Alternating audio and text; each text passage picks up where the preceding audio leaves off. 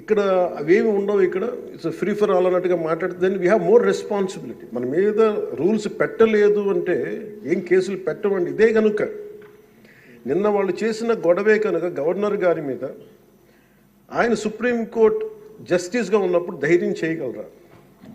కళ్ళల్లో చూడగలరా?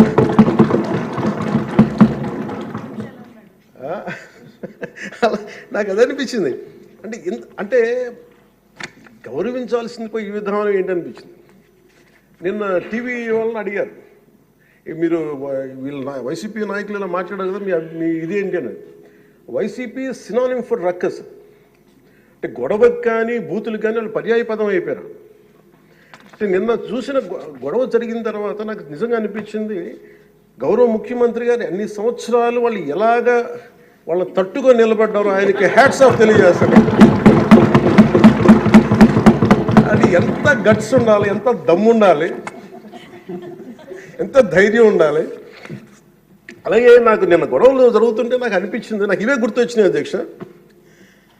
వాళ్ళు ఎప్పుడైతే పేపర్లు విసిరేసి అక్కడ దాకా వచ్చారో నాకు గుర్తొచ్చింది వివేకానంద రెడ్డి గారి హత్య గుర్తొచ్చింది.